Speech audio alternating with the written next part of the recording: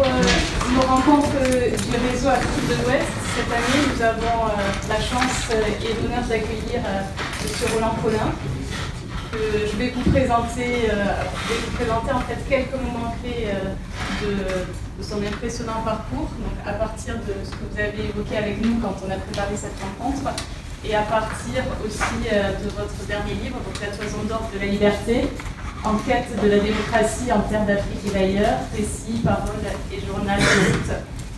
Donc, comme vous nous l'avez dit ce matin, vous êtes né en Bretagne à la fin des années 20, puis vous avez étudié à Paris, à l'École nationale de la France d'Outre-mer, où vous êtes entré en 1948 avec, je vous cite, la détermination d'agir pour l'émancipation des peuples colonisés. Léopold Sédar Senghor, enseignant, a alors été, je dis, votre premier maître d'initiation aux choses de l'Afrique, notamment à la langue d'école. Puis en 1952, vous avez été élève administrateur affecté au Soudan français, qui est l'actuel Mali. Vous étiez également inscrit à l'école des langues orientales, vous avez appris le Bouddha, le Bambara, ce qui vous a permis un rapprochement avec la société paysanne. Avant de connaître l'Afrique urbaine, en 1955, au Sénégal, à Dakar, en tant que chef de cabinet d'une délégation du gouvernement. Vous en avez profité pour apprendre une autre langue africaine, le Wolof. Et puis, à la demande de Senghor, donc votre ancien professeur devenu président de la République, vous avez intégré le cabinet de Mamadou Dia, chef de gouvernement. Dans ce contexte, vous avez également rencontré Lebré, fondateur du mouvement Économie et Humanisme, à qui vous avez succédé quelques années plus tard à la tête de l'Institut international de recherche et de formation, éducation et développement. Vous avez également assuré diverses missions liées à l'animation rurale, avec par exemple l'expérience du Théâtre Forum au Niger. D'autres missions vous ont conduit à Madagascar, en Guinée-Bissau, au Tchad, au Rwanda, sans compter ce que vous appelez les missions en terre troublée, Cameroun, Centrafrique, Burkina Faso ou Bangladesh. Et parallèlement, vous avez mené donc, un enseignement au collège coopératif et réalisé une thèse sur votre expérience de recherche-action qui vous a conduit à l'enseignement supérieur. Vous avez été chargé de mission auprès du président de l'Observatoire français des conjonctures économiques. Vous avez collaboré régulièrement avec l'UNESCO, en particulier avec sa division études et développement. Et avec la retraite est venu le temps de l'écriture, avec plusieurs publications, par lesquelles vous nous donnez à lire votre incomparable expérience.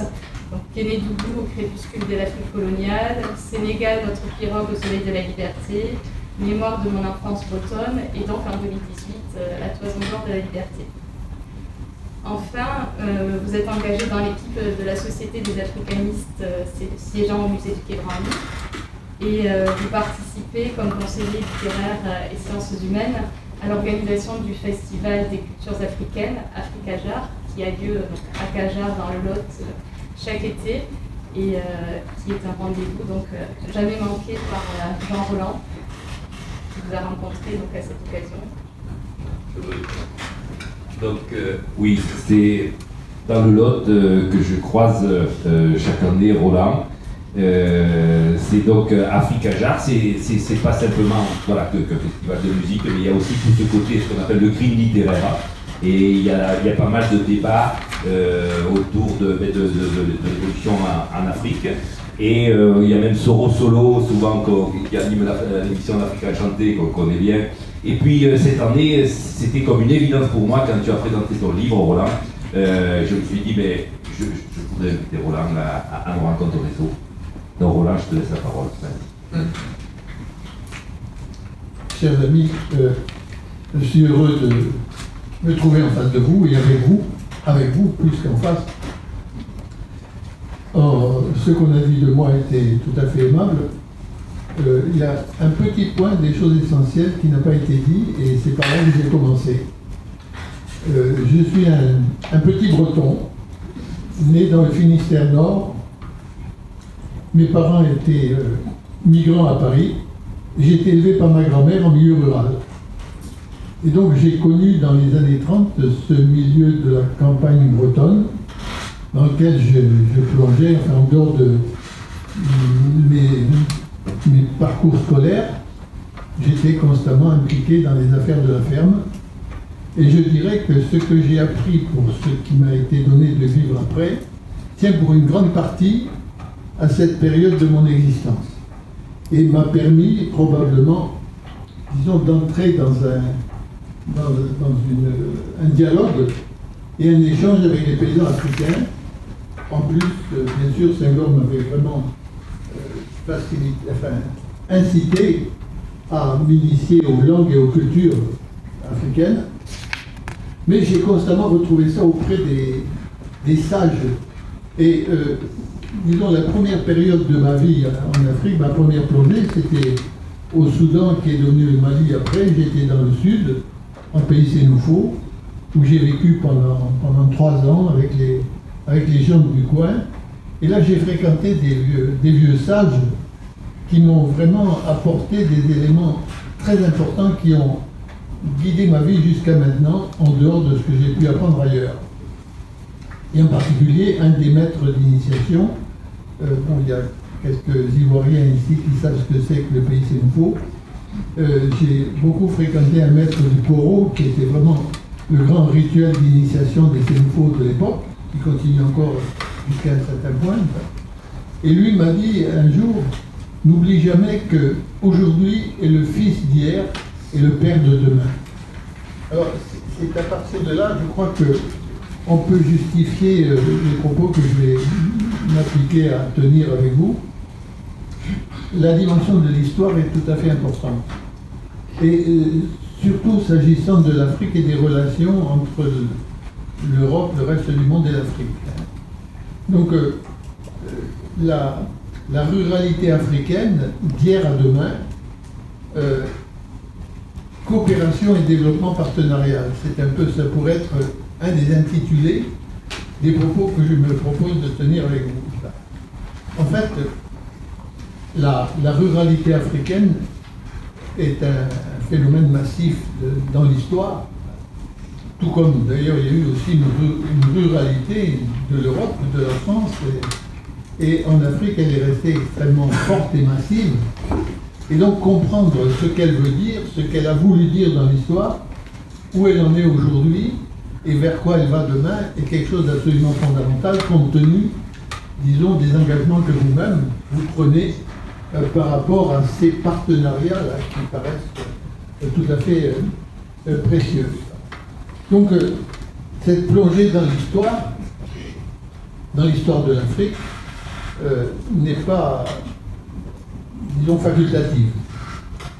Il y a, je crois, un des chefs d'État africains, enfin, on pourrait savoir lequel, qui a dit un jour que l'Afrique n'était pas entrée dans l'histoire. Je crois que moi je vais entrer dans l'histoire, non seulement de l'Afrique, mais de son histoire, parce que cette histoire est un autant partagée avec nous. Et d'ailleurs, tous les amis africains qui sont ici savent à quel point, dans leurs racines, dans leur tradition, l'histoire a une importance capitale. On ne peut pas se concevoir comme étant africain sans savoir d'où vient sa famille, quelles sont les relations entre, disons, les uns et les autres. Et donc, à travers la modernité, bien, il faut voir comment gérer ça, comme quelque chose de précieux. Parce qu'effectivement, si on ne sait pas d'où on vient, il est difficile de savoir où on va. Alors, en quelques mots, surtout pour ceux qui sont moins familiarisés avec ce que j'évoque, l'histoire d'Afrique, il fut un temps, avant la colonisation, où l'Afrique vivait, disons, sur ses valeurs propres, avec toutefois déjà des influences extérieures. Par exemple, l'islam est venu en Afrique aux alentours du IXe siècle. Mais touchant seulement une partie de l'Afrique, il y a une poussée de l'islam, qui continue d'ailleurs aujourd'hui, mais qui s'est conjuguée avec des civilisations terriennes, des civilisations paysannes. Et moi, quand j'étais donc en pays Sénoufo en 1952, et je voyais très bien l'implantation. On était un peu sur la limite de progression. Et je voyais à quel point, finalement, d'une certaine manière, l'islam qui arrivait là, disons, n'était pas un islam, comme on le voit trop souvent aujourd'hui, de conquête et de violence, mais était un islam d'acculturation. Il y avait effectivement une sorte d'alliance entre la société paysanne et puis, disons, ces valeurs nouvelles qui arrivaient. Par exemple, en Pays Sénoufo, il n'était pas rare de voir que dans une communauté villageoise, les gens pratiquaient leur rite agraire, le poro et tout ça, qui était fondamental par rapport à la vision qu'ils avaient du monde, pour cultiver, disons, à tous les sens du terme, la fertilité qui permettait de gager la vie humaine. Et j'ai connu des villages où, par exemple, la communauté villageoise disait, bon, on va au moins préserver dans la communauté quelques familles qui ne vont pas se convertir à l'islam, de façon à pouvoir gérer nos rites comme il faut, parce que ce sera d'intérêt commun. Alors, on n'est pas tout à fait sur ce registre-là aujourd'hui, mais c'est intéressant pour moi, disons, de vous le dire, parce que j'en ai été témoin. Et alors, effectivement, ça voulait dire déjà qu'il y avait, disons, un souci extrêmement fort de la part de ce monde paysan de préserver les racines. Non pas nécessairement pour les prolonger telles qu'elles étaient, mais disons de savoir tout ce qu'elles contenaient comme puissance de connaissance, d'évocation, d'humanisme. Et je crois que c'est un peu le grand problème d'aujourd'hui, c'est de savoir comment concilier ce monde des racines, là, qui permet une identification, tout en ouvrant la modernité et en le conjuguant avec, disons, les partenariats avec le reste du monde. Je crois que c'est un peu à travers vos actions de coopération, d'enseignement agricole, entre établissements, de formation et tout ça, c'est aussi une des dimensions des enjeux.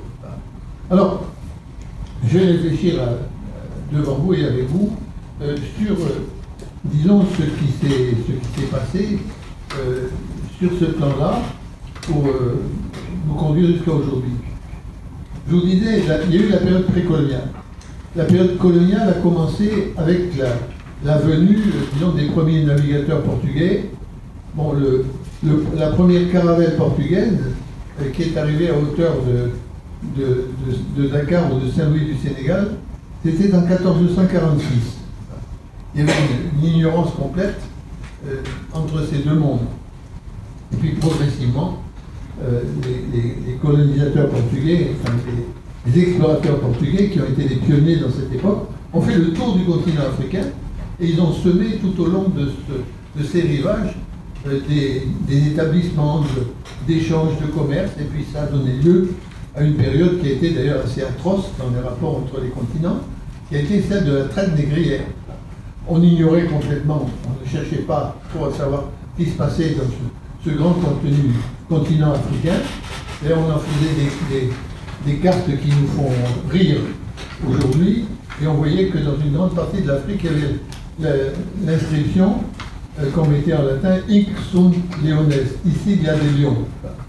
Mais disons, ce trafic des esclaves a duré 3 siècles, et ça a donné à ce qu'on appelle le commerce triangulaire. Commerce triangulaire, la pacotille européenne portée par les navires était échangée avec des produits plus précieux sur place, et notamment la capture d'humains qu'on exportait vers les colonies américaines, où ils travaillaient dans les plantations de sucre, et ensuite les produits de ces plantations étaient exportés vers l'Europe. Donc selon un triangle, et la valeur du trafic de cette époque, c'était la différence entre le prix des cargaisons au départ et le prix des cargaisons à l'arrivée. Et on peut dire que d'une grande manière, eh bien, la première révolution industrielle européenne s'est produite grâce à cette accumulation de richesses-là qui s'est tenue sur ces 3 siècles. Et l'Angleterre en a été la première bénéficiaire parce qu'elle avait la marine la plus puissante. Et alors arrivent les guerres napoléoniennes. Alors ça c'est très important parce qu'effectivement, l'Europe continentale est battue par la coalition autour de l'Angleterre. Et là, les Anglais sont d'abord en avance sur le plan industriel. Ils veulent mettre des bâtons dans les roues à ceux qui veulent aller sur le même chemin qu'eux. Et du coup, eh bien, en même temps, il y a des idées humanistes qui commencent à se propager. Et autour de ça, donc aux alentours de 1815-1816, eh bien, on déclare illégale la traite des esclaves. Mais pas l'esclavage encore, hein, il faudra encore attendre, disons, quelques décennies. Et alors à partir de ce moment-là, la colonisation change radicalement de signe. Comme on ne peut pas exporter la main-d'œuvre pour tirer bénéfice de son travail dans les colonies lointaines, on va l'exploiter sur place. Et donc, à la colonisation périphérique, succède une colonisation territoriale. Et toutes les nations européennes vont essayer d'étendre leur emprise sur les territoires africains de façon à pouvoir bénéficier, disons, de l'exploitation qu'on peut y mettre. Pour les Français, ça commence en 1815, au lendemain des guerres napoléoniennes. Donc les Anglais occupaient le Sénégal, enfin les bases de commerce françaises sur la côte, et on restitue ça à la France. Et alors il y a une première expédition qui se tient en 1816 pour récupérer donc, ces bases africaines. Un navire que beaucoup de gens connaissent, et y compris aujourd'hui d'ailleurs, tout en étant complètement étranger au propos que je tiens maintenant, un navire que beaucoup de gens connaissent, et vraiment la tête de file de ça, il s'appelait la Méduse. Et puis, il fait naufrage, alors ça donne lieu à tout ce mythe de naufrage de la Méduse, mais la Méduse portait, disons, l'équipe qui allait relancer la colonisation territoriale pour, disons, la France sur le continent africain. Alors il y a un gouverneur qui s'appelle Schmalz, et il échappe au naufrage, il y a des chaloupes qui vont vers Saint-Louis du Sénégal, etc. Et il a avec lui pris un agronome. C'est le début de l'agriculture, disons, entre les deux continents. Cet agronome portait le titre de l'époque, il était jardinier du roi. C'est comme ça qu'on nommait les agronomes. Et ce jardinier du roi s'appelait Richard. Il s'installe à Saint-Louis du Sénégal, mais on ne connaît rien du tout du potentiel agricole et agronomique de l'Afrique. Donc, il va lancer une première station de recherche sur les bords du fleuve Sénégal, et puis de façon à voir, alors il avait apporté dans les cales du navire toute une série d'arbres fruitiers, des cerisiers, tout ça, des pommiers, pour voir si ça plantait ici, si ça poussait là, et puis il va expérimenter tout ça. Hein. Et alors, effectivement, il emploie de la main-d'œuvre pour ça, locale, et cet espace-là, enfin, tous ceux qui sont au Sénégal le connaissent de nom. En Wolof, le champ, ça se dit Tol, et ce jardinier du roi s'appelait Richard, et on appelait la station Richard Toll, le jardin de l'agronome qui va expérimenter l'agriculture. Et alors là, se pose un premier problème, c'est que le climat était un peu rude pour les quelques Européens qui lançaient ça, et il fallait encadrer la main-d'œuvre. Et il n'y avait pas d'école. L'école n'était pas encore implantée, l'école à l'européenne. Donc le gouverneur décide d'implanter une école à l'européenne pour la première fois en 1816-1817. Il fait venir un instituteur d'Europe, qui était un jeune dynamique, qui fonde à Saint-Louis la première école, mais il découvre avec horreur que ses élèves ne connaissent pas un mot de français. Et lui ne sait pas un mot des langues africaines. Comment apprendre à lire et à écrire à des gens dans un tel état d'ignorance réciproque? Et il se lance courageusement, il étudie le Wolof, il écrit la première grammaire Wolof et le premier dictionnaire franco-wolof. Et il fait un enseignement franco-africain, entre le français bilingue. Et avec ça, effectivement, l'efficacité de ce système est avérée. Et effectivement, donc le gouvernement sur place soutient cette ouverture de l'école aux cultures africaines. À Paris, c'est un scandale absolu. Parce qu'à Paris, on dit comment, mais les idiomes que pratiquent les indigènes, ce ne sont pas vraiment des langues civilisées, des langues culturelles.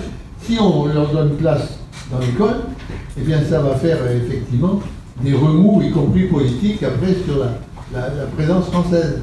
Donc on combat, mais comme c'est efficace, ça dure 20 ans, 30 ans. Puis en 1840, nouvelle étape, les huileries de Bordeaux, de Marseille découvrent que l'arachide est utile.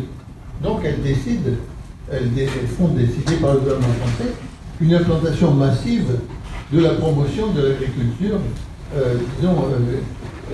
industrielle au Sénégal, de la matière première. Et alors, du coup, on balaye les écoles bilingues, et puis on fait venir au Sénégal, pour alors former effectivement des cadres intermédiaires, on fait venir une congrégation religieuse qui avait fait ses preuves en Bretagne, dans mon pays, et qui s'appelait les Frères de Ploermel, et qui avait comme objectif d'éradiquer le breton, qui est un idiome second et puis méprisable, au bénéfice du français. Donc eux savaient comment faire pour privilégier la langue française. Et ils viennent et ils créent l'école, la première école sénégalaise, disons alors à la française. Et cette école va se perpétuer jusqu'à nos jours dans une grande partie du continent. Alors je crois que ce n'est pas inutile de se référer à ça. Moi j'ai travaillé, enfin j'ai fait tout un travail de recherche et de thèse là-dessus, et je vous assure que vraiment ces débats sont très très éclairants. Parce que en fait, la grosse question dès lors, et elle nous renvoie à des problèmes qui vont jusqu'à aujourd'hui, c'est quel modèle de développement on va prendre. Est-ce que le seul modèle est le modèle d'importation, et comment ce modèle d'importation va se comporter par rapport à ce qui existe de sociétés, de cultures dites indigènes. Et donc tout là, l'hypothèse de base de la colonisation, pendant les 2 siècles qui ont, un siècle et demi qui a suivi, ça a été de dire les Africains deviendront civilisés le jour où ils auront adopté la civilisation du colonisateur. Et en attendant, on les prend sous tutelle. Et donc, il y a eu toute cette période-là, qui a laissé d'ailleurs des traces importantes, mais heureusement pour l'Afrique, les sociétés africaines avaient vraiment des ressources profondes, tous ces enseignements, il y a eu des résistances. Et les cultures, les langues africaines ont subsisté, mais en position qui était une position subalterne. Et ça dure alors jusqu'à la Deuxième Guerre mondiale, où on commence à parler de décolonisation. Entre-temps, quelques intellectuels africains, les premiers, se révoltent contre ça. Dans l'année de ma naissance, en 1928, bien, un jeune Sénégalais débarque à Paris, il s'appelait Léopold Sédar Senghor.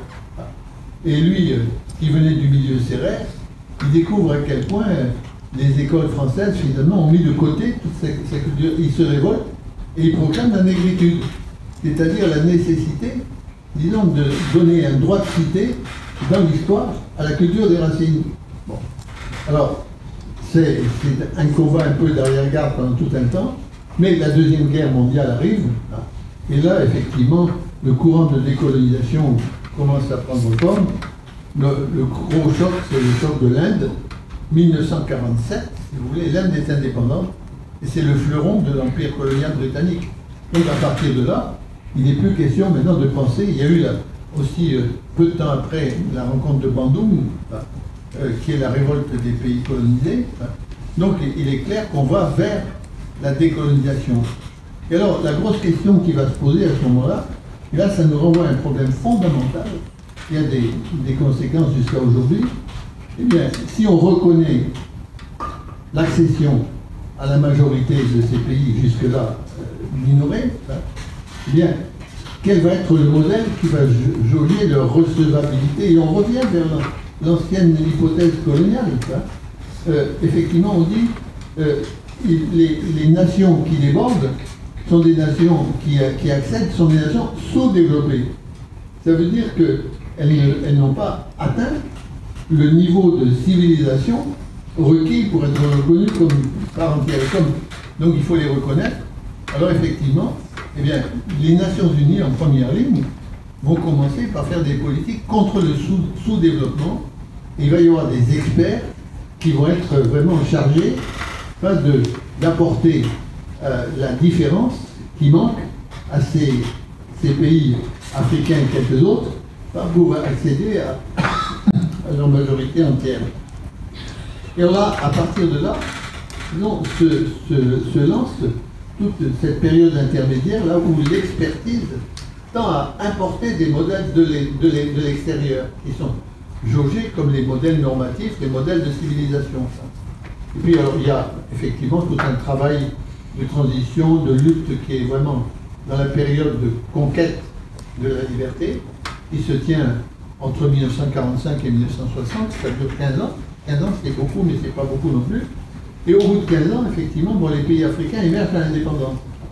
Mais alors, effectivement, la grosse question est de savoir comment, vers quel modèle de développement ils vont s'orienter. Et là, dans ces années-là, la majorité, la grosse majorité, l'immense majorité des sociétés africaines sont des sociétés rurales. Donc, effectivement, que va devenir cette ruralité africaine face à l'expertise qui tend à imposer des modèles, disons, de développement exogène, extérieur. Et alors, moi j'ai vécu tout ça, parce que j'ai débarqué en Afrique, Vanessa le disait tout à l'heure, en 1951-52, mais avec l'idée qu'effectivement, disons, on allait vers la libération des peuples. Quand j'ai quitté ma Bretagne natale pour venir à Paris, j'ai rencontré toute une série d'étudiants africains qui commençaient à affluer dans la nouvelle donne, si vous voulez.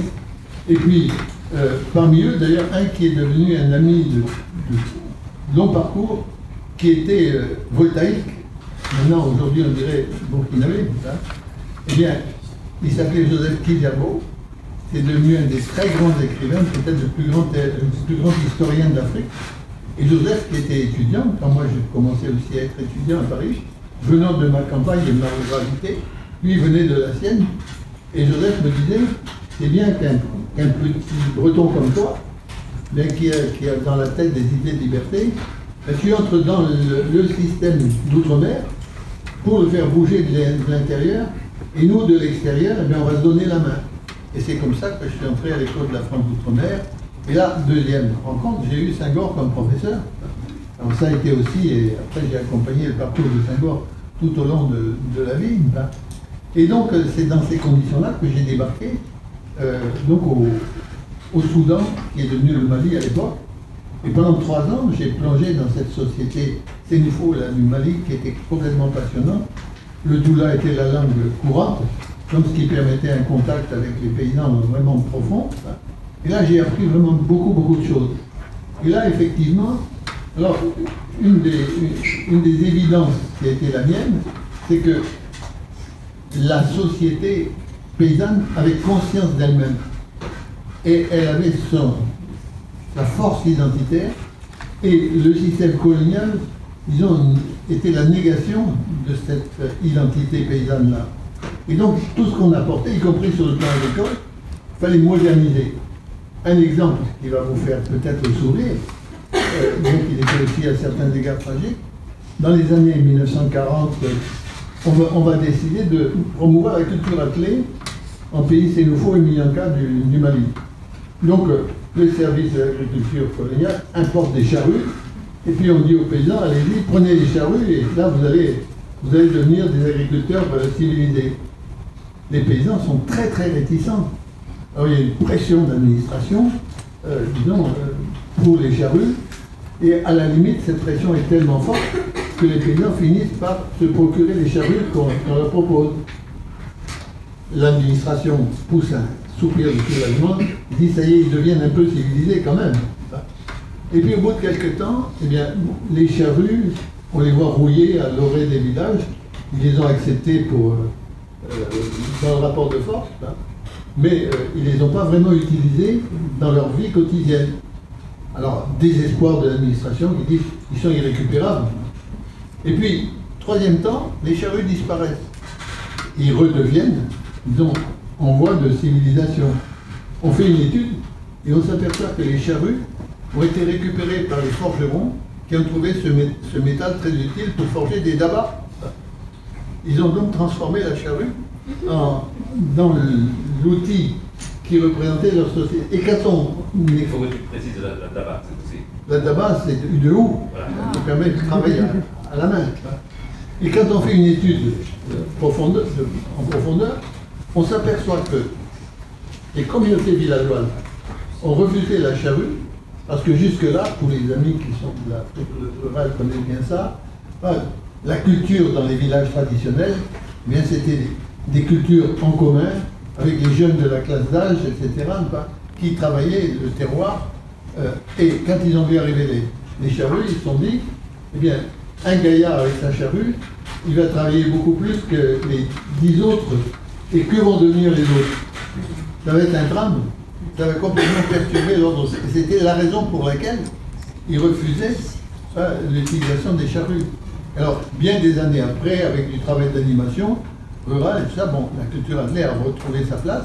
Mais à ce moment-là, il y avait une organisation coopérative ou pré-coopérative qui se mettait dans le village et qui était la contrepartie de modernisation de la société paysanne. Vous voyez, je crois qu'il y a des enseignements à tirer de ça, effectivement. Alors, je reviens au Sénégal, où j'étais au moment de la commission. Et là, je le dis pour les amis sénégalais, mais les autres aussi peuvent savoir que ça peut aussi toucher des choses de chez eux. Comme Vanessa le disait, j'ai été, par l'intermédiaire de Senghor, j'ai pris place au cabinet du Premier ministre de l'époque, qui était Mamadou Dia. Et bien, au moment de la conquête de l'indépendance, alors, s'est trouvé devant une prise de conscience très très forte. Il se dit, eh bien, nous avons conquis l'appareil d'administration. Si on s'installe dans le fauteuil des gens qui nous ont précédés, avec les mêmes procédures et tout ça, eh bien, on va finalement reprendre le système colonial à notre propre compte par rapport au peuple. Donc il faut vraiment, disons, qu'on transforme tout ça, parce qu'on a acquis l'indépendance, mais la citoyenneté est à construire. La démocratie est à construire. Et donc, alors il y a eu des moments complètement passionnants dans cette période 55-60 là au Sénégal, où effectivement, le gouvernement sénégalais s'est dit, il faut construire le développement en même temps qu'on construit la démocratie. Et pour ça, il faut donner aux paysans les moyens de comprendre l'information, la formation qui leur permettra d'être des citoyens à part entière. Et là, Mamadou Dia lance, disons, quelque chose qui est tout à fait passionnant, qu'on a appelé à l'époque l'animation rurale. L'animation rurale, c'était quoi? Eh bien, c'était un système d'éducation permanent, centré au départ sur les adultes, pour donner aux communautés paysannes tous les éléments de connaissance et de compétences leur permettant de gérer leurs propres affaires. Et qui débouchait alors sur une transformation des structures, notamment, disons, des systèmes coopératifs. Et Dia lancé en 62, il y a une grande circulaire de Dia en 62 qui est un texte fondateur, disait voilà, la coopérative de développement doit permettre à la communauté profonde de la société bien de gérer les outils lui permettant de se moderniser, lui permettant de créer des entreprises de développement communautaires ou sociaux, tout à fait dans l'esprit de l'économie sociale. Et à partir de là, alors on va s'approprier l'économie telle qu'elle est pour la transformer. L'économie au moment de l'indépendance, c'était quoi au Sénégal? C'était l'économie de traite. L'arachide représentait 80% pas du produit économique. Et l'arachide était contrôlé essentiellement par des firmes économiques qui d'ailleurs étaient installées dans la chambre de commerce de Dakar. Et donc les paysans finalement n'avaient pas leur mot à dire. Il y avait des traitants qui leur achetaient l'arachide à un prix qui n'était pas fixé en dialogue avec eux, etc. Et puis cette monoculture de l'arachide éradiquait la culture vivrière. Les gens étaient obligés, avec l'argent de l'arachide, d'acheter le riz dont ils avaient besoin pour vivre. Donc Mamadou Dia mettait, et l'équipe du gouvernement de l'époque, mettait tout ça en l'air grâce à la transformation des structures, cette histoire d'animation rurale là, qui était en place et qui rendait les paysans aptes à gérer leurs nouvelles structures. Et ils transforment les structures administratives en disant maintenant les fonctionnaires doivent être au service du peuple. Et donc on crée des équipes polyvalentes de fonctionnaires, on appelle ça les centres d'expansion rurale, qui vont être les partenaires des communautés paysannes. Et entre les fonctionnaires en équipe, avec la multidisciplinarité qui les compose, autant la santé, l'agriculture, l'élevage que les travaux publics et tout ça, va négocier avec les communautés de développement, les coopératives de développement. Et donc, et c'est ça que Mamadou Dia et Senghor appellent le socialisme africain. socialisme africain qui est fondamentalement humaniste et qui est fondé sur les valeurs premières de la société, et non pas un modèle bureaucratique, techno-bureaucratique, plaqué de l'extérieur. Et ça fonctionne très bien. Vraiment, progressivement, en 4 ans, tout le territoire sénégalais doit être couvert par ce nouveau système. Alerte maximum chez les tenants de l'ancien système, notamment pas tous les firmes arachidières et tout ça, et qui avaient leurs représentants à tous les échelons, disons, de l'organisation de la traite. Et alerte aussi chez une grande partie des politiciens ancien système de la transition, qui étaient souvent liés aux traitants, etc. Et puis, pour mettre la cerise sur le gâteau, si je puis dire, si on peut parler d'une cerise musulmane, les grands marabouts sont quand même un peu aussi, disons, ébranlés par le système de diable. Parce qu'au lieu d'avoir des coopératives avec le chant du mercredi et tout ça fait par les talibés pour les marabouts, eh bien ça va être vraiment les coopératives qui vont gérer ça. Donc il y a une coalition qui se met en place là pour abattre Mamadou Dia et ce système avant que la totalité de l'ensemble soit en place. Et là, alors se place, ils ont historiquement un moment très fort, ils vont taper l'alliance entre Dia et Senghor. Intoxiquer Senghor pour lui dire que Dia est en train de mettre le communisme au Sénégal, que Dia veut faire une république islamique, etc. Et progressivement, Senghor, qui est vraiment nommé président de la République après l'éclatement de la Fédération du Mali, en 1960, bien, les deux hommes sont séparés et un complot se met en place pour liquider Dia. En décembre 62, on vote une motion de censure sans en référer aux partis qui les avaient avalisés les uns les autres. Et puis Dia est condamné pour coup d'État et emprisonné. Bon, emprisonné en prison à vie. Et on revient alors à un système qui est, disons, moins révolutionnaire, disons, plus accordé aux pratiques antérieures. Et effectivement, alors on déguise ça, on dit le drame entre Dia et Senghor, il n'y a pas de place pour deux caïmans mâles dans le même marigot, etc.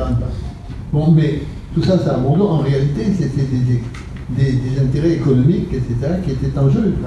Or, ce que je retiens, moi, de tout ça, alors après, vous voulez, le temps a passé, moi j'avais quitté le Sénégal, j'ai travaillé après dans beaucoup de pays africains, parce que beaucoup de pays africains étaient très intéressés par tout ce qui s'était passé dans cette phase de développement rural participatif. Là.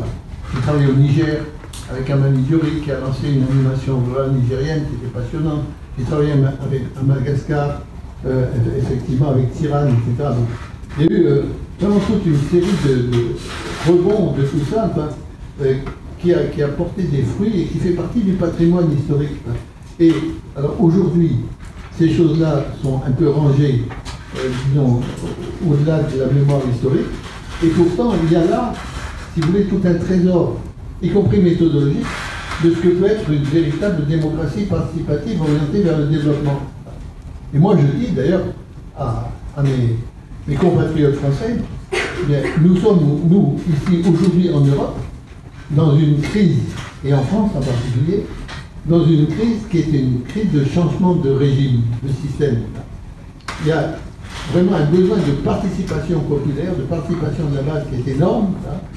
Et alors effectivement, on est mal préparé à ça, on piétine un peu dans tout ça, mais c'est quelque chose de très comparable à ce qui s'est passé au moment de la décolonisation en Afrique, où il y avait aussi, disons, le besoin de changer de période. Et je dis, moi, à mes compatriotes français, regardez un petit peu la méthodologie qui se faisait à l'époque, effectivement, et je crois qu'il y a des choses à dire. Bon, donc c'est aussi une des raisons pour lesquelles j'écris, et notamment dans ces derniers livres, j'en parlais Vanessa tout à l'heure. Mais donc ça veut dire que, à partir de là, donc alors moi j'ai basculé du côté après avoir été dans l'administration, j'ai basculé du côté du monde associatif et des ONG, et avec l'association dont parlait Vanessa tout à l'heure, la MIFEN, qui avait soutenu le gouvernement sénégalais dans cette période-là, qui a travaillé ensuite au Niger, qui a travaillé ensuite à Madagascar, etc., et en tout pays d'autres, on s'est lancé à soutenir ce grand mouvement de participation populaire dans beaucoup de pays africains. Et j'ai continué donc, tout au long de mon parcours de vie à m'investir là-dedans et à dire qu'il y a une richesse, effectivement, qui est souvent mise de côté. Et alors, elle est mise de côté, cette richesse, parce qu'effectivement, il y a encore, disons, vraiment les résidus du temps de l'expertise unilatérale. Les experts arrivent avec des modèles clés en main. Et alors, effectivement, dire à ces experts et dire aux grandes institutions, mais ce n'est pas la seule solution, il y a aussi d'autres experts qui sont des experts paysans. Ce monde rural, là, qui connaît. Je vous donne un exemple qui m'a beaucoup frappé. Au Niger, au temps de l'animation rurale du Niger, dans la vallée du fleuve Niger, il y avait des cuvettes d'inondation avec des terres fertiles. Et donc, le gouvernement décide, disons, d'aménager une des grandes cuvettes dans la région de Saï, au Niger, de façon à bien maîtriser la mue des eaux et tout ça. Et le ministère de l'économie rurale mandate des sociétés d'études et des experts pour faire un projet de barrage qui va régulariser tout ça. Ils le font, un grand frère d'ailleurs. Il y a une grande accumulation d'expertise entre guillemets. On n'a pas du tout consulté les paysans. On sait ce qu'il faut faire. Et en même temps, la zone en question est une zone où il y a l'animation rurale avec des collectifs paysans qui sont occupés de ça et qui sont scandalisés. Donc, ils remontent vers le gouvernement. Et comme la Manidori était tout à fait vraiment engagée vis-à-vis de l'animation, la Manidori demande au ministère de l'économie rurale de provoquer une rencontre entre les collectifs paysans et les experts. J'ai assisté à cette rencontre sur la cuvette. C'était complètement passionnant. Effectivement, les experts arrivaient un peu goguenards, en disant bon, qu'est-ce que c'est encore ces cultures qu'on va rencontrer là-bas. Et puis à côté de ça, il y avait effectivement, disons, les présidents des coopératives paysannes qui étaient là, tout ça. Alors, les experts déposent leur dossier sur le terrain, quoi, et disent aux paysans, bon, messieurs, si vous voulez avoir des questions, tout est là-dedans. Les paysans commencent à rire en disant, bon, nous, ça ne nous intéresse pas. Ce qui nous intéresse, c'est de savoir où vous allez faire le barrage. Alors, les experts sont un peu interloqués, les paysans découvrent des petits jalons en bois et demandent aux experts de passer sur le terrain le barrage. Ils le font, à grand renfort de sueur et on s'en tire les oreilles. Puis après, les paysans disent, l'eau va venir d'où? On leur explique, bon, les experts expliquent, l'eau va monter jusqu'où? Ils le disent, on plante un jalon, et les paysans demandent comment vous savez que l'eau va aller jusque-là. Les experts disent on a fait des échelles de crues pendant 20 ans, et on sait que l'eau va jusque-là. Les paysans commencent à rire en disant non, chez nous, tous les vieux sont capables de nous raconter des crues depuis 50 ans. Et donc ce qu'ils savent va démentir ce sur quoi vous avez fondé tous ces dossiers, toutes ces études. Grand désarroi. Alors effectivement, le gouvernement demande aux experts de reprendre complètement les études en tenant compte, disons, des savoirs paysans sur cette affaire. Grande satisfaction dans la société paysanne de l'endroit. Et le sous-préfet qui était présent avait soutenu les paysans. Et les paysans décident, pour récompenser le sous-préfet de les avoir soutenus, de lui attribuer une parcelle dans la zone d'inondation, en disant qu'ils vont lui donner la main-d'œuvre qu'il faut pour ça. Le sous-préfet est tout à fait flatté, hein, et il arrive à comprendre le pourquoi de ce geste de générosité que l'hivernage suivant.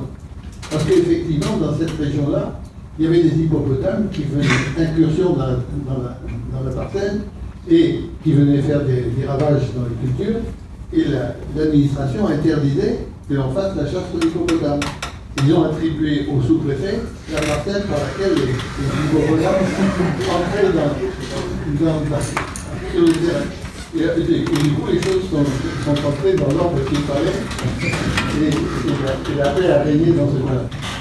Alors voilà, il faudrait à peu près 5 minutes pour que tu conclues ton intervention. Oui, oui. Alors là, oui, je dis que pour les formations paysannes, pour tout le travail que vous êtes en train de faire en partenariat avec les partenaires africains, il est tout à fait fondamental que l'on puisse intégrer l'état du contexte de la société d'accueil. Et là, moi, je vais terminer en 5 minutes là-dessus. Je vais terminer en disant, dans la méthodologie que nous avons soutenue, bien, quels outils doit-on prendre pour garantir cela?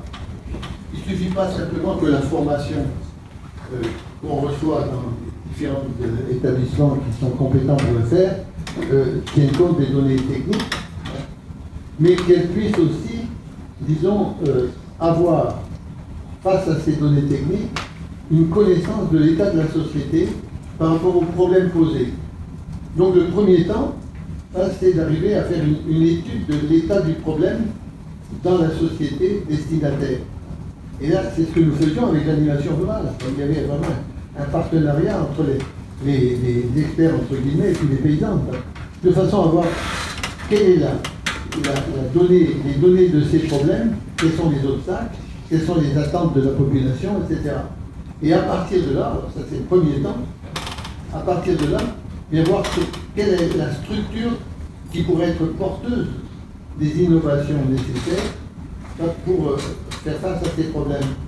Et donc là, c'est ce que, dans l'hypothèse de l'animation rurale, on crée des coopératives de développement, l'économie sociale était prioritaire, bien sûr. Ça donnait donc à la communauté les moyens de disposer d'un outil support pour accueillir l'innovation. Et ayant vu les problèmes socio-culturels, imaginer la structure qui pouvait les porter, alors là on peut poser le problème de la formation dans toute sa dimension. Faire en sorte que les intervenants extérieurs et les responsables intérieurs puissent se former en partenariat de façon à faire face dans les structures réelles viables les problèmes tels qu'ils sont, sur le terrain. Et c'est à partir de là qu'on pourra effectivement mettre en œuvre le travail de l'action, l'application sur le terrain. Et donc, la doctrine qui nous paraissait viable, c'était de dire, chaque fois qu'il y a une innovation, eh bien, il faut que ce moteur à 4 temps là se mette en route, si vous voulez.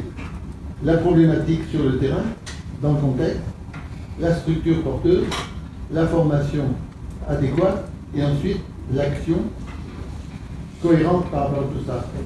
Et ça, je crois que c'est une dimension qu'on peut intégrer, qu'on devrait intégrer dans toutes les actions de formation, autant d'ailleurs dans les formations qui se passent hors du champ, hein, que dans les formations qui se passent sur le champ.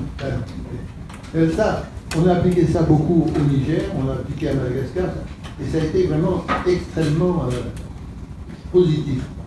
Donc, c'est une des leçons des enseignements que je vous propose de tirer de ça, qui peut peut-être vous rendre quelques services. Hein. Mais je crois que c'est tout à fait fondamental, parce qu'en même temps, alors on peut dire que la gestion du développement peut devenir compatible avec l'exercice de la démocratie. Parce que si effectivement, dans les groupements paysans, dans les communautés paysannes, eh bien, il y a effectivement des gens qui sont formés pour gérer l'intérêt commun, et il est clair que ça va aussi transformer le jeu politique. En même temps, c'est à double tranchant, parce que ça va heurter beaucoup d'intérêts en place. Mais en même temps, c'est probablement dans le point de passage obligé si on veut vraiment que la démocratie et le développement puissent s'accorder. Donc il y a, comme dans beaucoup de pays, il y a eu des obstacles, enfin je disais ce qui s'est passé au Sénégal, mais je dirais, dans la société civile, beaucoup de projets qui sont sur le terrain, maintenant, et qui partent des collectifs paysans et tout ça, bien, sont en train de mettre ça en place. Il y a vraiment, et c'est là où mon diagnostic reste positif. Je ne suis pas du tout défaitiste. Je dis, en Afrique, il y a vraiment des chemins de fourmis, une multitude de chemins de fourmis qui vont dans ce sens-là. Ce qui leur manque souvent, c'est la reconnaissance et, disons, le partenariat avec les institutions en place. Bon, vous parlez du Bénin, par exemple. Bon, ben, le Bénin, je connais aussi un peu. Je connais très bien les gens de Songhai, ce projet avec lequel vous avez probablement établi des liens. Mais ça va tout à fait dans ce sens-là. Faire en sorte que les responsables du côté de la société civile, les responsables paysans, puissent être vraiment des acteurs à part entière et non pas des acteurs dépendants. Effectivement, je vais terminer un peu là-dessus, avant qu'on puisse parler, échanger éventuellement. Je me trouvais au Tchad, et où on avait lancé aussi l'animation rurale qui était vraiment très intéressante, qui marchait très bien.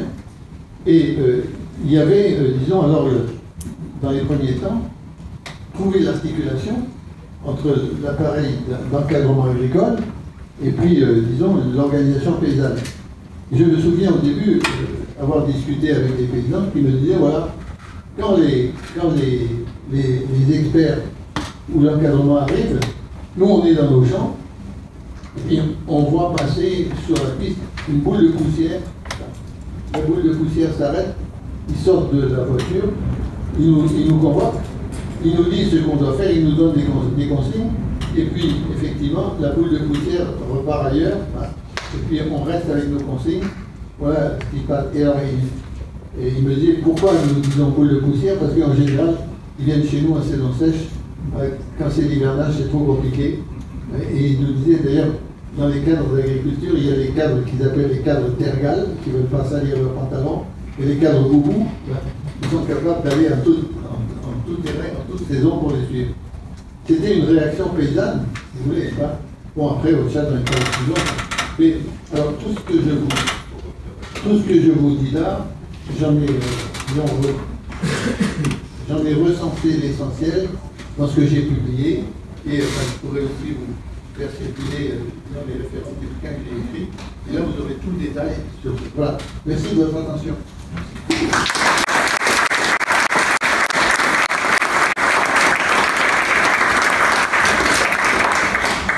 Moi, je retiens quand même deux choses très fortes là, que tu viens de soulever. Et je pense aussi à tous les jeunes là, qui vont partir pour la première fois en Afrique.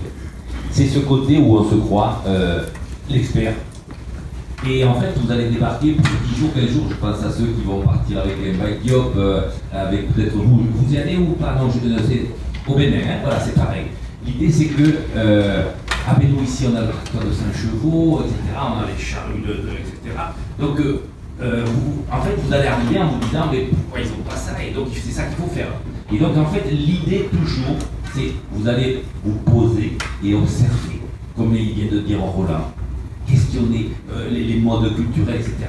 Prenez du temps avant de vous dire, nous, les experts français, on sait ce qu'il faut faire. Et sinon là, ils viennent nous dire à chaque fois, ça a été, et moi je vous raconte des tas d'histoires que j'ai de coopération au Sénégal, et c'était à rire, voilà, parce que le Sénégalais, les Suisses arrivent, par exemple, ils veulent faire une grande chambre froide qui marcherait avec une éolienne.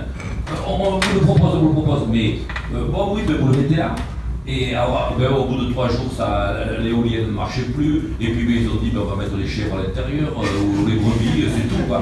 Mais je veux dire, par là, on n'avait jamais demandé, les Sénégalais n'avaient jamais demandé ça, mais c'était les Suisses qui disaient c'est ce qu'il vous faut. Bon, là, on est toujours pareil, je veux dire, les Français ou autres, on se croit être les exportateurs de notre modèle. Donc voilà, ça c'était la première des choses, et chaque fois on se plante. Donc commencez à observer bien cette société dans laquelle vous arrivez, à tous les niveaux, culturels, religieux, les femmes, les hommes. Voilà. Et puis la deuxième chose, alors Roland, là je fais un petit brin d'humour avec ce qui se passe en France. Je trouve que notre gouvernement aurait pu t'appeler pour être le président du débat public en France. Mais pourquoi? Parce qu'en fait, je dirais, tu as compris, et toi depuis 50 ans que tu l'œuvres, c'est-à-dire qu'en fait il faut repartir des besoins et des attentes. Et je trouve que si notre gouvernement est en recherche peut-être d'animateur de ce grand débat, tu aurais pu être le président. Voilà, parce que vraiment, tu sais, en fait, voilà, tu as cette expérience-là de repartir à la démocratie participative, et ce sont des termes forts qui viennent, voilà, sur le développement, ça part des communautés de base, comme disait Mme. Et donc, quelque part, on en est là, tu as raison, à le recul ici en France, parce qu'on a oublié justement ce besoin d'un retour chaque fois à consulter les communautés. Alors, merci pour cette exposé quand même qui est vraiment brillant. Au Sénégal, souvent on entend Jean Paul. Je ne sais pas si vous avez vécu avec. Est-ce que vous avez vraiment des liens avec ce monsieur-là ou pas? Avec qui? Jean Paul, il était ministre après juste l'indépendance. Lui, il a 2 ailes, moi j'en ai qu'un seul aile. Ce qui m'a empêché de voler.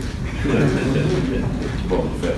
Mais je ne sais pas quelle était la suite de ta question, c'était juste la partie. Alors, je voulais savoir s'il y a des liens parentaux. Aucun lien de parenté. Et effectivement, disons, la position qu'il a prise à travers la crise de 1962 a été assez opportuniste. J'aimerais demander de savoir, le fait que lui, il a vécu en Afrique plus de 50 ans, qu'est-ce qu'il attend de la jeunesse européenne et de l'Afrique actuellement?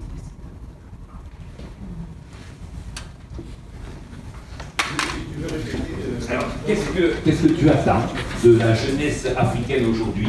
Après, je dirais, européenne. Ah, pardon, c'était européenne. Hein? Et les deux. Voilà. Qu'est-ce que tu attends des jeunesses d'aujourd'hui par rapport au développement à l'Afrique? Ce que j'attends de plus, c'est véritablement un partage en profondeur. Mais un partage, disons, qui soit vraiment ouverture complète vers l'autre. Ah, moi, je me réjouis que tous ces jeunes que vous êtes ici, jeunes Africains, vous soyez plongés dans la société française. Et je trouve aussi que c'est très intéressant que vous soyez proches de ce monde rural que vous avez à cœur. Et j'imagine que pendant votre séjour, plusieurs d'entre vous d'ailleurs me l'ont dit déjà depuis hier soir, vous avez vraiment énormément profité de ces dialogues pour comprendre où vous êtes, comprendre la culture de l'autre, etc. Je crois que c'est quelque chose de fondamental. Mais je dirais, à charge de revanche, il faut aussi que les jeunes Français, les jeunes Européens, puissent s'ouvrir à la culture, disons, de l'Afrique. Il ne peut pas y avoir de partenariat ou de coopération si on ne considère pas l'autre à part entière. Et ça, moi, enfin, je vous disais, bon, je suis un petit fils de paysan breton, là, bien, j'ai été vraiment complètement passionné par cette ouverture que Senghor avait beaucoup encouragée. Et puis aussi mon camarade Kizerbo et tellement d'autres de mes amis africains. Et je vous assure que quand je suis entré dans la culture africaine, m'enseignant dans la culture africaine, progressant, le cultivant dans la culture africaine, j'y ai trouvé vraiment une charge, disons, de richesse énorme qui permettait, alors pas seulement, disons, sur le plan spéculatif, pas sur le plan des idées, mais sur le plan de l'action, sur le plan du concret de la vie, de profiter de toute cette richesse humaine-là que nous avons en partage. Donc moi je dis, les jeunes, ouvrez-vous les uns aux autres, hein. Explorez les univers de vos racines respectives, et là on verra comment elles pourront se conjuguer, se renforcer, et aussi, disons, peut-être vous garantir contre les tentatives, disons, d'éradication qui sont éradication. Ça veut dire éliminer les racines, étymologiquement, qui ont vraiment cours dans le monde d'aujourd'hui, avec quelques grands pontifs, dont un siège à la tête des États-Unis, malheureusement un autre à la tête du Brésil aussi. Mais effectivement, cette ouverture réciproque-là, moi je peux dire, je dois témoigner que ma plongée dans les langues africaines a été pour moi vraiment un enrichissement énorme. Or, la place des langues africaines en Europe, elle est tout à fait, disons, mineure. Or, c'est aussi quand même de grandes civilisations dans l'univers international. On étudie beaucoup plus le chinois actuellement en Europe que les langues africaines. Alors, ça, quand Quand j'ai eu Senghor comme professeur à l'école de la France d'Outre-mer, on devait faire un mémoire de fin d'études, et Senghor m'a tenu le langage suivant. Il m'a dit, les sociétés qui n'ont pas l'écriture dans leur patrimoine historique mettent dans l'oralité tout ce que les autres mettent dans l'écriture. Donc il ne faut pas penser que ce sont des sociétés sans culture, mais ce sont des sociétés dont l'expression est différente. Et Senghor me disait, votre mémoire, eh bien, avec vos camarades africains, rassemblez tout un corpus de contes, de proverbes, etc., et travaillez cette matière-là comme une vraie matière littéraire, et vous en ferez vraiment quelque chose d'utile. Et il a dirigé mon travail, et j'ai fait ça pour mon mémoire de fin d'études, que j'ai utilisé les contes noirs de l'Ouest africain, témoins majeurs d'un humanisme. Ça a été dirigé par Senghor, et puis quelques années après, les éditions Présence africaine l'ont publié, il est d'ailleurs toujours disponible en livre de poche, effectivement. Et je vous assure que vraiment là, ça reste encore pour moi un lieu de ressourcement. Et alors effectivement, je compare ce que me disait ma grand-mère dans mon enfance bretonne avec ce que j'ai entendu dans la bouche des sages. Et je disais, un jour où, quand je discutais avec un des vieux maîtres d'initiation du pays des Nouveaux, il me disait, mais comment ça se passe chez toi? Bon, j'ai raconté mon enfance paysanne et tout ça. Et il me dit, mais d'où tu viens? Comment tu as appris dans ton enfance paysanne? Comment tu as appris toutes ces choses-là que moi j'arrive à comprendre aussi avec toi? J'ai dit ma grand-mère, je lui parle de ma grand-mère. Et il a terminé en disant, j'aurais bien voulu connaître cette femme parce qu'elle aurait pu entrer dans ma famille. Voilà. Je crois que le message, si vous voulez, c'est un message de vraiment ouverture. Voilà. Et c'est tout à fait possible et c'est passionnant. Enfin, ouvrons-nous. Un de mes grands amis, disons grand romancier sénégalais, Cher Hamidou Kane, qui a écrit ce livre merveilleux qui s'appelle L'aventure ambiguë. Hein. Bien, vraiment, dans toute cette littérature-là, africaine contemporaine, il y a vraiment des tas de choses.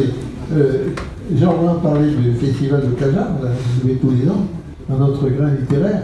Mais on y a accueilli tous les grands écrivains de l'Afrique. Et effectivement, disons, c'est une manière de mettre à l'intérieur, à la disposition de la société profonde, rurale française, les richesses, disons, des cultures africaines. Et ça, je crois que vraiment, y compris, même dans le discours de Macron là, à Ouagadougou, il y a des paragraphes qui disent qu'il faudrait que la société française s'ouvre davantage à la culture africaine. Et mes amis de Kajar me téléphonaient la semaine dernière en disant on va le prendre au mot, en lui disant qu'il nous donne aussi des moyens d'aller plus loin. Là, il est moins sûr que ceci. Mais enfin, voilà. Oui, bonjour, Arnaud Lefebvre, donc directeur de la pisciculture du lycée agricole de Château-Gontier. Vous avez parlé du problème de l'expertise qui s'impose, et je voulais savoir ce que vous pensiez des systèmes d'aide financière qui existent en Afrique. Quel regard vous avez sur ce qui existe actuellement, ce qui a existé par le passé? Oui, alors, les questions financières sont très importantes, parce qu'effectivement, c'est un peu le nerf de la guerre. Là. Et là, effectivement, je vais vous dire un peu à quel point je suis un peu alerté par des choses qui sont dans l'air du temps et qui peuvent, à mon avis, aboutir à des choses peu cohérentes. Il y a un mot qui circule beaucoup actuellement. On parle de pays émergents. Et toute une série y compris de pays africains, disent bon, on va faire un plan d'émergence. Sénégal émergent et autres, etc. Et qu'est-ce qu'on met dans ce plan émergent? On met, disons, la création, je parle du Sénégal, d'une ville nouvelle qu'on appelle Diamniadio.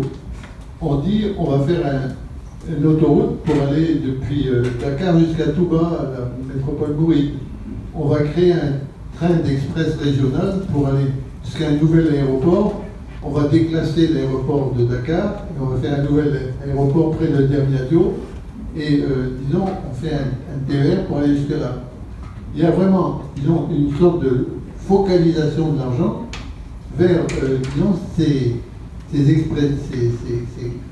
projets-là, qui sont des projets de prestige, alors sans compter aussi quand même le risque que là où il y a des grands marchés, il y a aussi des petits marchés latéraux qui font que l'argent public n'est pas toujours, disons, dans la poche de ceux qui devraient aller. Mais je dis, effectivement, là, il y a véritablement une nécessité d'orienter les ressources financières vers les projets qui vont au profond du développement de l'information et de la démocratie, et en particulier dans la formation des hommes et des femmes, bien sûr. Ça me paraît tout à fait fondamental. Et là, je crois que la prise de conscience dans ces pays devrait vraiment peser sur les choix politiques pour que, effectivement, disons, l'allocation des ressources, comme disent les planificateurs, puisse aller largement dans le sens, disons, qui va doter ces pays des acteurs compétents nécessaires pour que le pays puisse progresser. Voilà. Je crois que ça, c'est... Alors, effectivement, gérer l'argent, il y a plusieurs façons. Il y a aussi, disons, alors, des finances qui peuvent être des finances communautaires et tout ça. Je prendrai l'exemple du Mali.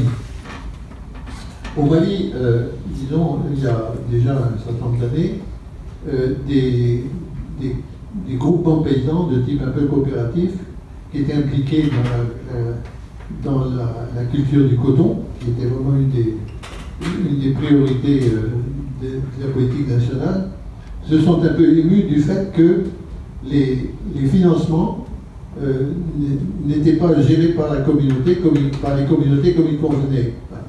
Et ils ont donc décidé de prendre l'initiative de créer une gestion participative des financements communautaires.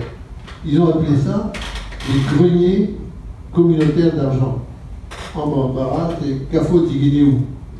Les Kafo-Tiguinéou, c'est tout un mouvement de coopératives communautaires qui finalement a gagné la totalité à peu près du terroir cotonnier du Mali et qui a permis alors ces communautés-là se sont fédérées pour discuter avec le gouvernement, discuter aussi avec les sociétés techniques qui intervenaient sur la campagne du coton. Et alors, chose extraordinaire, moi j'ai vu arriver à Paris, il y a 5-6 ans de ça, une délégation des Kafo-Tiguinéou qui allait à Bruxelles pour discuter avec les gens de la communauté européenne. Et la fédération des Kafo-Tiguinéou avait élu un président, et ce président, au grand scandale de tout le monde, était donc un vieux sage analphabète de la région, mais qui maîtrisait parfaitement l'intérêt collectif et tout ça, et qui permettait d'avoir les arbitrages qui convenaient. Et ce vieux sage s'était constitué un staff avec des gens qui sortaient des écoles de commerce et tout ça, qui avaient vraiment toute la technicité. Un exemple vraiment étonnant entre la tradition et la modernité. Et les Kafo-Tiguinéou existent toujours. Ils fonctionnent très bien actuellement au Mali. Donc voilà un exemple, si vous voulez, l'action des caisses villageoises de développement touche autant les actions des femmes, l'agriculture irriguée et tout ça, que ce qui va vers le coton. Quand il y a une instance qui permet d'aiguiller les ressources vers les besoins ou les projets prioritaires, ben, on est dans un autre monde que quand on fait du tout expert ou du tout prétendument moderne.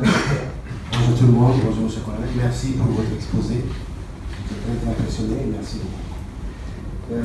Je parle français parce que j'ai commencé à apprendre avec la langue française depuis l'âge de 56 ans. La plupart des pays francophones, c'est pareil, nous avons même une langue officielle qui est le français. Il y a une question que je dois poser, c'est une question d'ordre économique et politique, parce que je constate qu'aujourd'hui, la Chine est très présente en Afrique. Oui. L'Inde est présente en Afrique. D'autres pays sont présents en Afrique. Et que j'ai l'impression que la France est moins présente. Oui. Que c'est une théorie. En tout cas, ce qui est sûr, c'est que c'est une question qui se pose. Est-ce que la France a perdu du terrain en Afrique? Est-ce que la France a perdu ses bastions? Est-ce que c'était souhaitable? Quel regard critique vous portez sur ça? Surtout en ce qui nous concerne nous, au niveau de la coopération dans le domaine agricole. Qu'est-ce qui s'est passé depuis les indépendances depuis 60 pour qu'aujourd'hui d'autres pays s'installent en Afrique et que la France peut-être perd un peu de son argent? C'est une question très importante. Mais je crois qu'il faut voir dans quel sens on peut lui rechercher une solution. Effectivement, si la perte d'influence française est un fait, disons, assez évident dans beaucoup de domaines, c'est aussi parce que l'influence ou le partenariat français ne s'est pas donné les moyens d'être un véritable partenariat à bien des égards. Quand je regarde, par exemple, le capital, le potentiel qu'on a en France d'études des problèmes africains, des connaissances africaines, des cultures africaines, qui devraient permettre justement d'avoir un partenariat équilibré, bien, c'est un domaine qui est un peu en souffrance actuellement.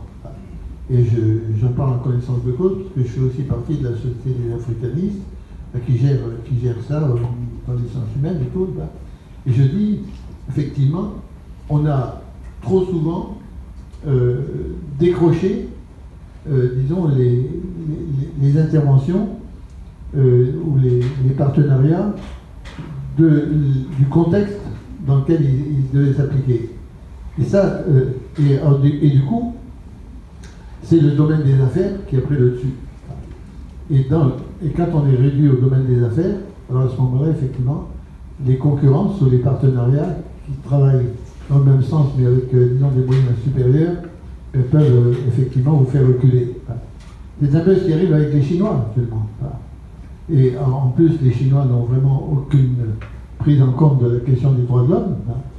Mais effectivement, ils sont en train disons, de peser fort avec cette idée que pour la coopération chinoise, l'un des objectifs essentiels, c'est de drainer vers la Chine les matières premières dont ils ont besoin. Il y a toute une série de pays où ils acquièrent des terrains, où ils font des cultures. Dans l'Afrique forestière, ils pratiquent, disons, des exploitations sauvages de la richesse arboricole. Et ça, je crois que c'est quand même assez dangereux, effectivement. Et donc, là, la réponse n'est pas de dire il faut revenir au stade où on était avant, dans la mesure où ce stade d'avant était souvent aussi tout à fait critiquable. Mais il faut inventer un nouveau mode de partenariat. Et ce partenariat a besoin d'être équilibré culturellement, socialement. Et là, alors effectivement, on peut... Ce que je disais tout à l'heure au niveau des animations rurales et autres, à tous les niveaux, il faudrait qu'il puisse y avoir, disons, des connaissances partagées, des échanges partagés, etc.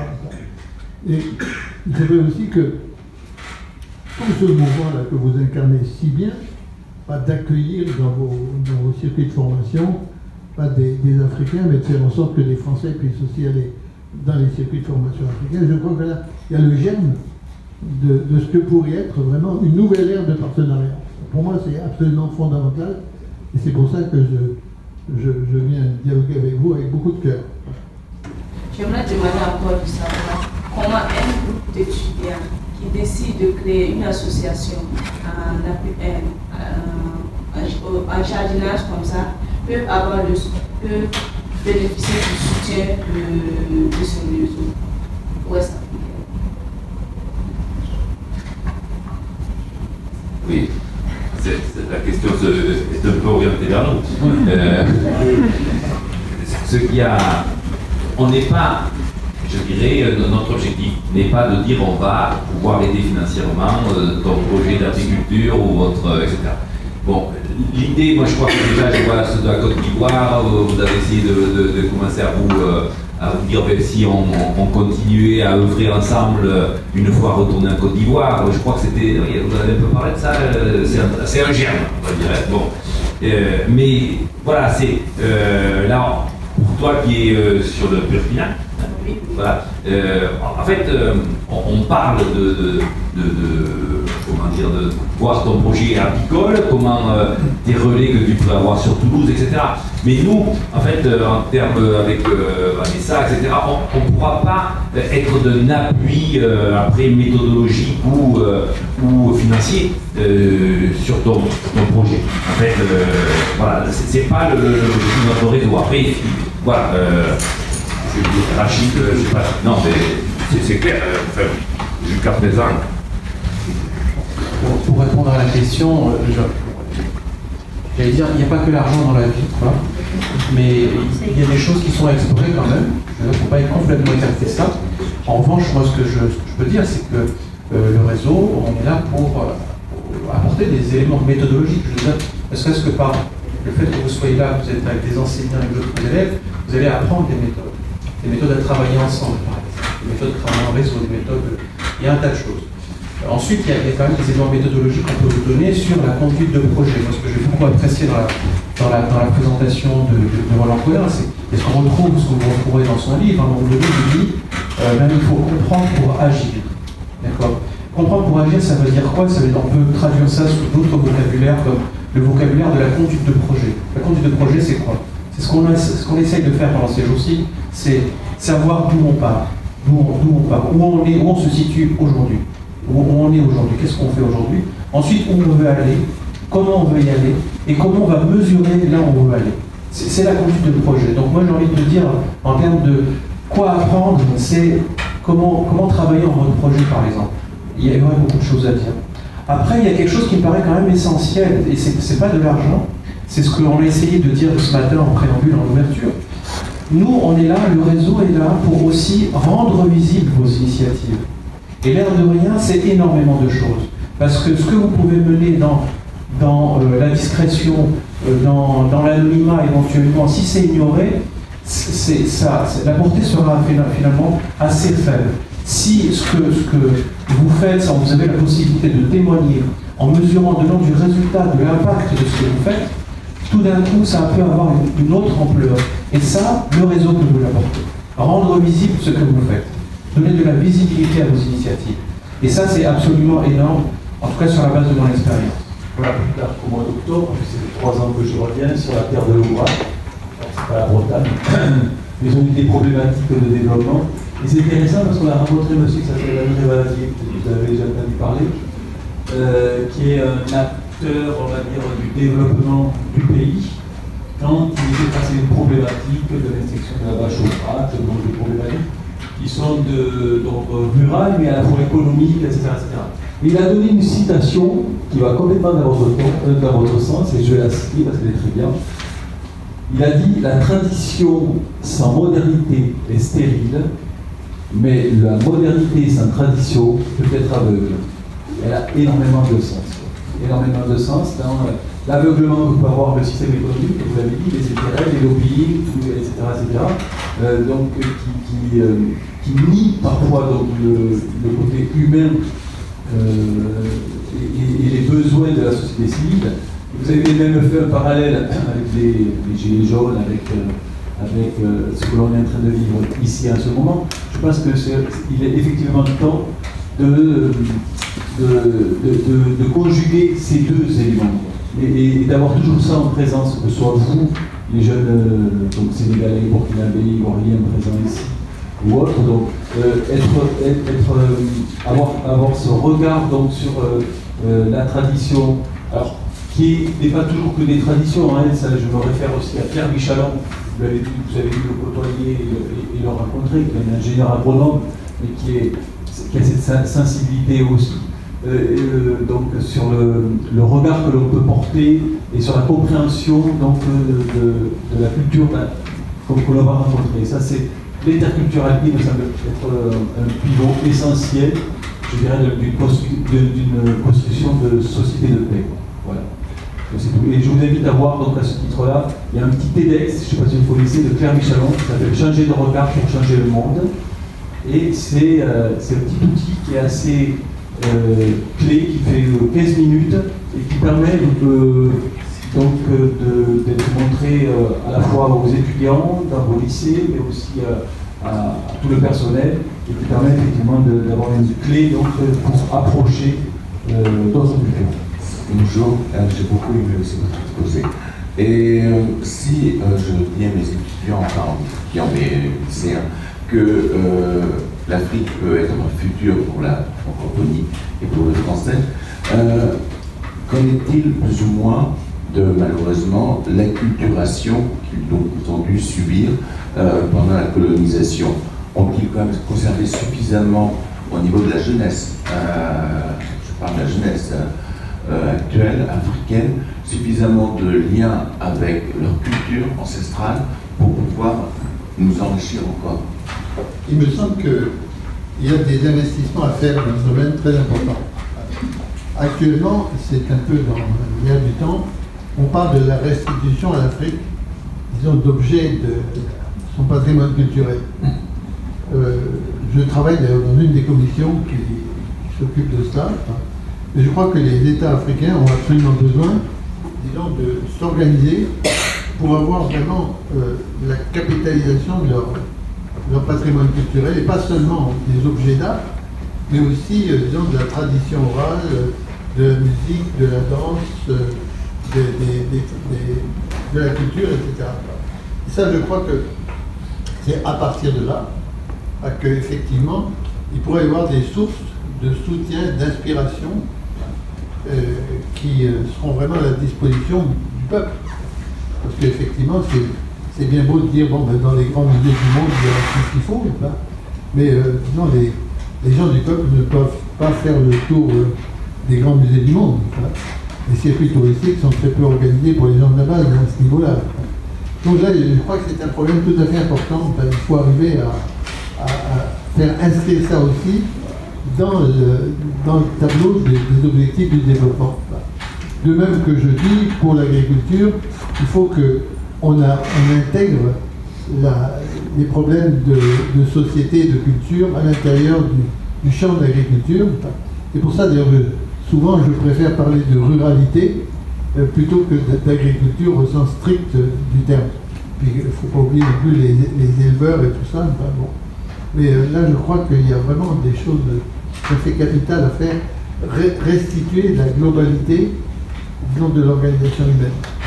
De façon à ce que les actions que l'économie puisse devenir une économie humaine. Je fais partie d'un grand réseau international qui s'appelle le Réseau international pour l'économie humaine, qui a des bases en Asie, en Afrique, en Amérique latine, et avec des gens qui viennent, disons, des univers comparables aux vôtres, et qui se rencontrent. On a tenu en mois de juin une grande rencontre en Bretagne, avec des gens qui venaient d'Amérique latine, d'Asie, d'Afrique, et c'était tout à fait passionnant. Les gens se rendaient compte qu'ils avaient des tas de problèmes à partager entre eux. Et on développe ce réseau actuellement, on établit un moyen de communication entre les uns et les autres de société. Ça fait partie, je dirais, sans se gagariner de mots, des problèmes de sauvetage de l'humanité dans le monde où on est. Voilà. Roland, on va te laisser terminer, puisque... Juste une information, puisqu'on a de la DGER.